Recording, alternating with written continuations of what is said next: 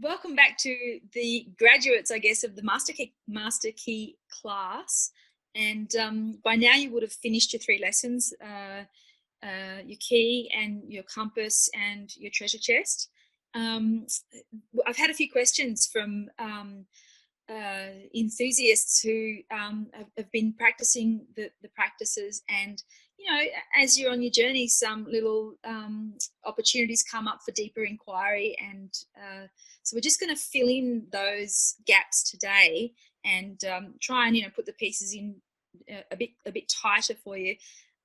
So feel free to, if this activates more questions for you, feel free to send an email in at the bottom of this video, and we'll endeavour to respond. And also, don't forget, we've got our Facebook group, which is Facebook /Key Masterclass, and so you can chime in there and say hi and put your questions there. I'm joined today with Benet and Michelle, and we're going to start with a couple of questions from Michelle. Hi Mel, thank you so much. Love all the amazing goodness in your teachings.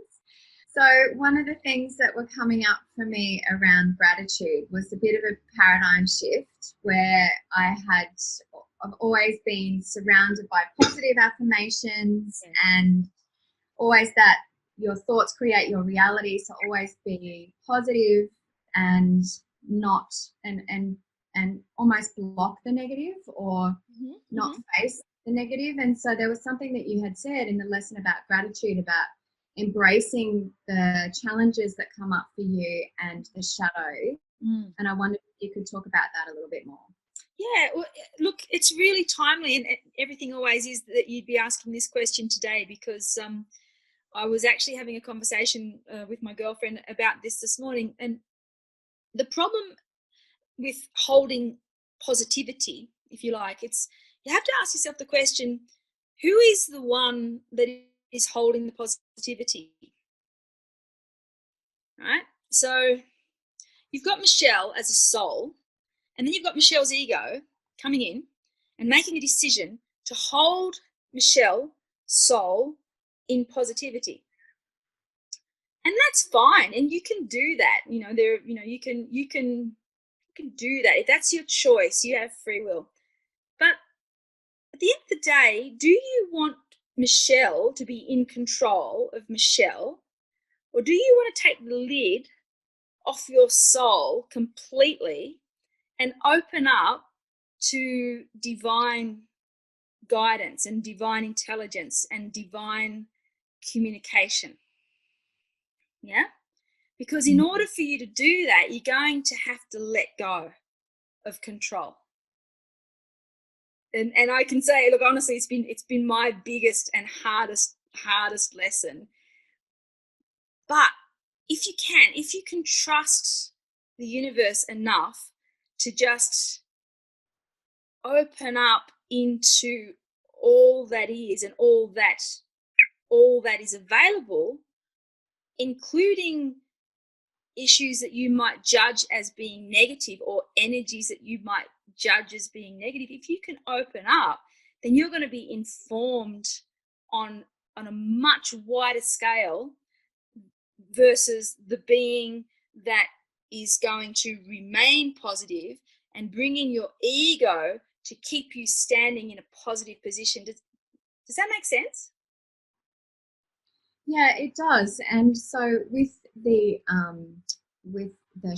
shrine that you've talked about with the emotions, I've created that on my mantelpiece in my room, and there's been a couple of triggers that have come up for me where I've felt some of those emotions, and I've gone in and I've held that crystal or that stone that represented that emotion.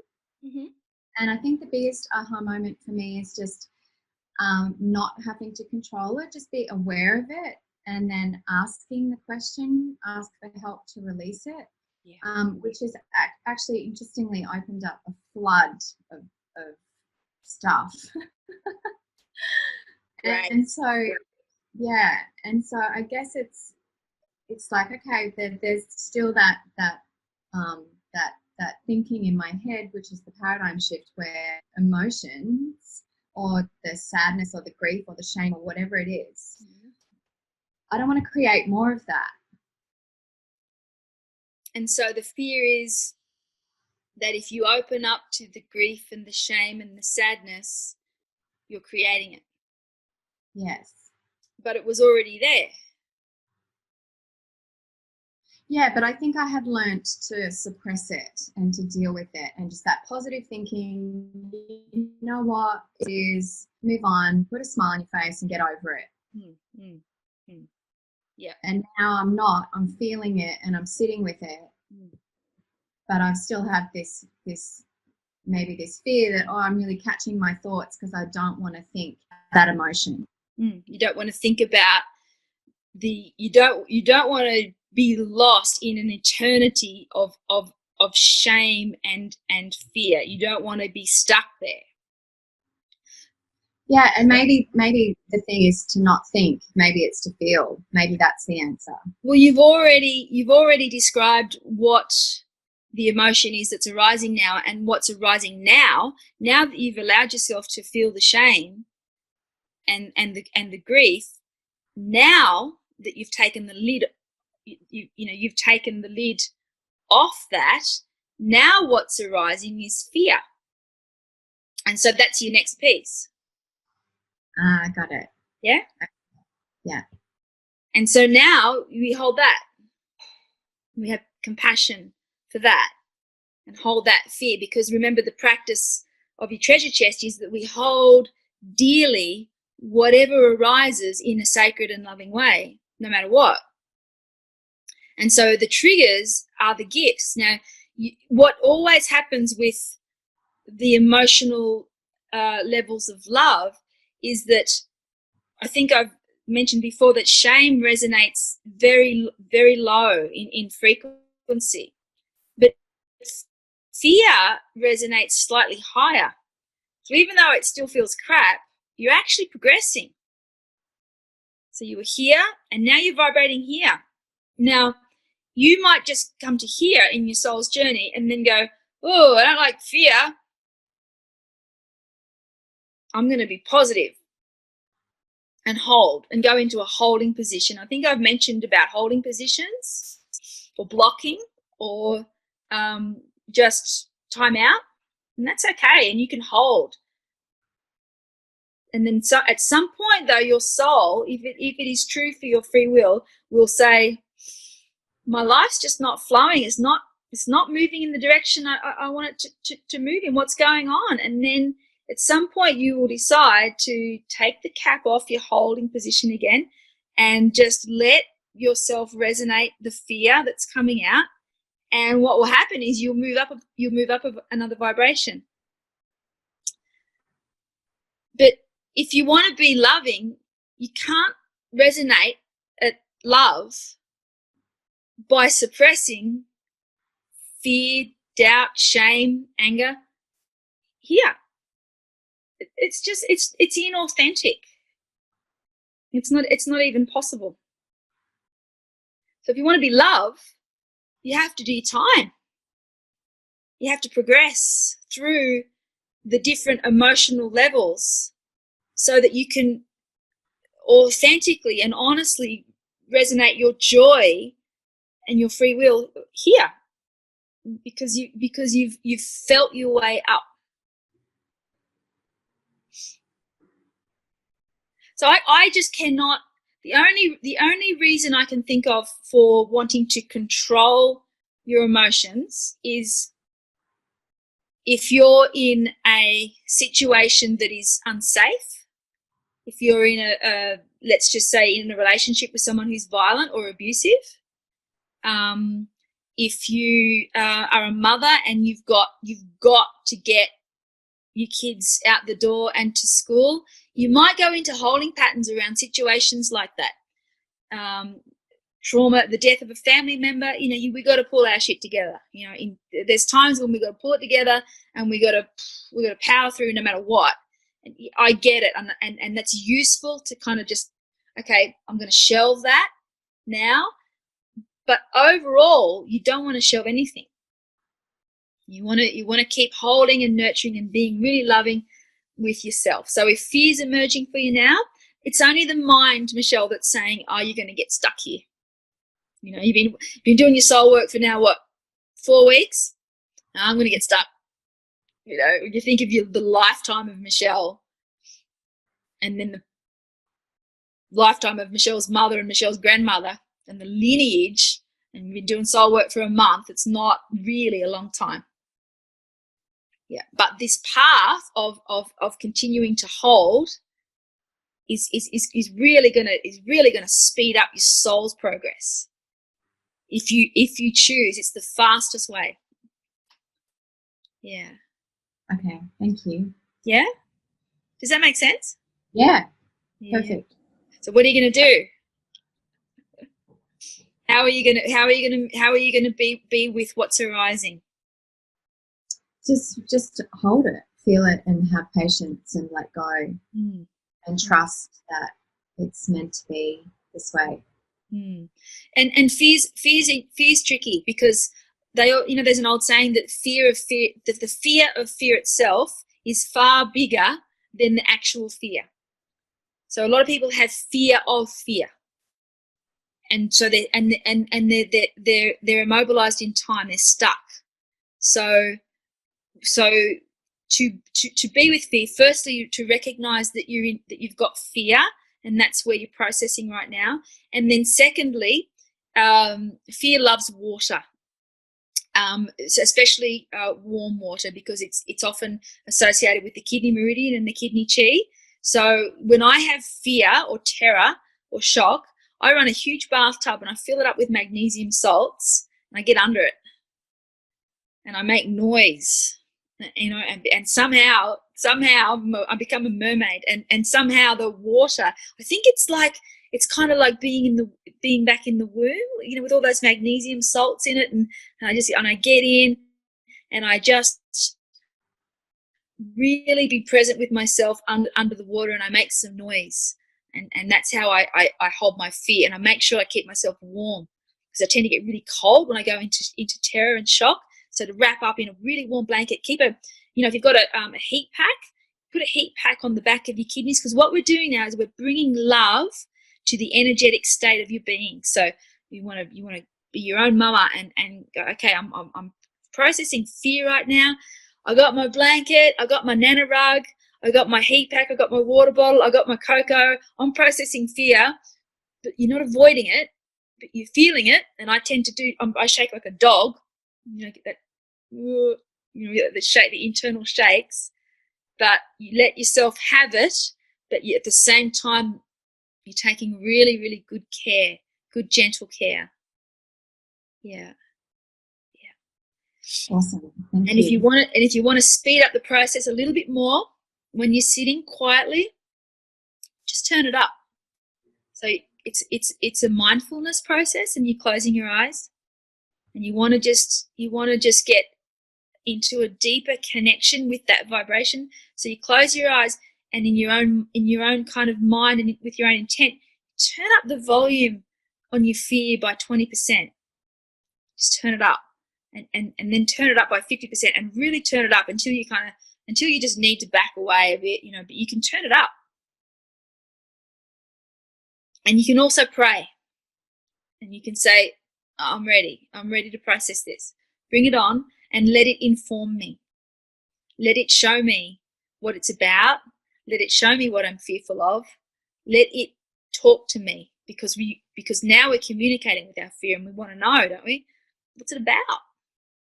What is the fear about? Most of the time, it's fear of fear itself. It's because there's really nothing going on. Yeah, the what if. It's the what if. It's the what if, right? Yeah. It's the what if, but we live on what ifs because of the trauma that was carried in our family lines, and the wars that we've had, and the famines that we've had, and the weapons of mass destructions that we've had, and the bushfires that we've had. And so we live in what ifs. But when you get really up close and personal with right now, and have a look around, there's actually nothing going on. It's just all living inside the cell.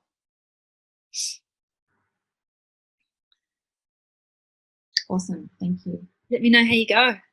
I will. Yay. All right. That's brought up a question for me, Mel. Yeah. I've been a big follower of Abraham Hicks for the last year or so, and she's always talking about working to being in alignment. And this, where you talked about those vibrational levels and needing to process through all of those before you can be in a state of love, which I'm kind of mapping across to being in alignment. Maybe that's right or wrong. I'd love to just get some feedback on that, and also understand the the life cycle of having an emotion. Say if you're going through processing fear right now, like how long does that take, and can you still be in love and processing fear? And then how does that happen over, say, a day, over a week, over a month, over a year? Yeah. It's interesting, Vinay, what you're saying. Can you be in love, and still process fear? I actually feel that you have to be in touch with the essence of love in order to process anything. Because if we're not holding the loving space around our emotions, then who will? Who will do that for us? Our parents may have done it, and some didn't do it. And so who does that for ourselves now? And so you can either use your own will to cap something and to suppress it and control it, which is what we do a lot, or you can use your free will to hold yourself. And so it's I don't believe that you're stuck. I don't believe you're ever stuck here, because I think what we're talking about here is we're bringing consciousness to the resonance of fear. We're bringing love to the resonance. We're bringing love to the resonance of fear. We're bringing love to the resonance of shame. We're bringing love to the resonance of anger. So we're meeting all of these frequencies with our free will in a loving way. Because in truth, I think we all resonate at love. We're all, born perfect as loving divine beings in truth. But because of human conditioning and human lack of nurturing, we've had the experience or the descent into shitty emotions. But in truth, we're all divine beings. So how do we experience that? Is by holding and nurturing and cradling all of the emotions of things that we've most likely encountered in this lifetime. You don't have to go too far back.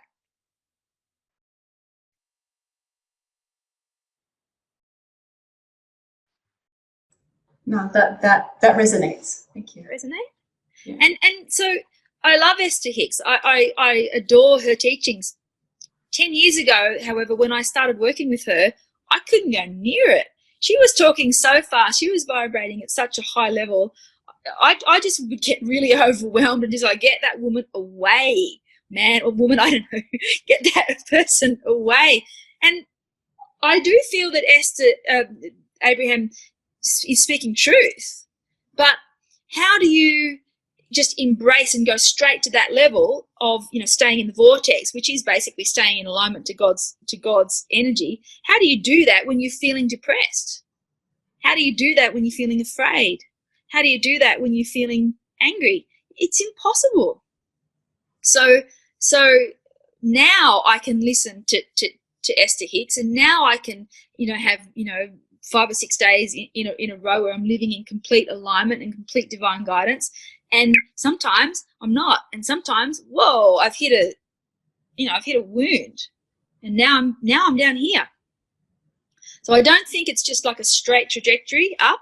I think it's more like this, more like a stock market, slow rise over 10 years, and then, whoa, hit a gap here, or a shitty boyfriend left me down here. And then, okay, we're going to fly higher now. And then we lost a parent here, and boom. But then, sort of like the graph. And that's more how it goes. And I can definitely say that let's just say the last 10 years, that my state, if you like, my regular state was kind of vibrating, around here. I had some anger, I had some sadness, but now 10 years later, I'm definitely holding my own more here. And that also has a lot to do with life cycle and where we're at in our menopausal and journey through our, the ages, through our timeline. Yeah. Does that make sense, Benet? Yeah, it does, and that's really complete. So thank you for circling back to Abraham and alignment. And yeah. Really good. Yeah. So just to recap on that, what she's teaching is not wrong, but you can't throw someone in